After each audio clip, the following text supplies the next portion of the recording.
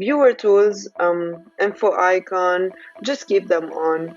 Don't worry about those. Custom domains, that's if you want to link it to your own domain. And the analytics is if you want to track the activity on your website. This is an advanced skill. I always use it, it's very helpful actually. The announcement banner is important if you want to refer to another thing. So, for example, show banner, and then banner, I want it to be blue. Welcome to my digital portfolio.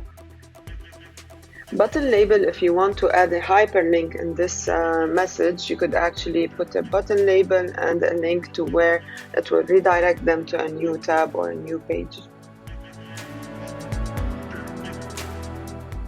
Here's the link, and I wanted to add open in a new tab. That's my link.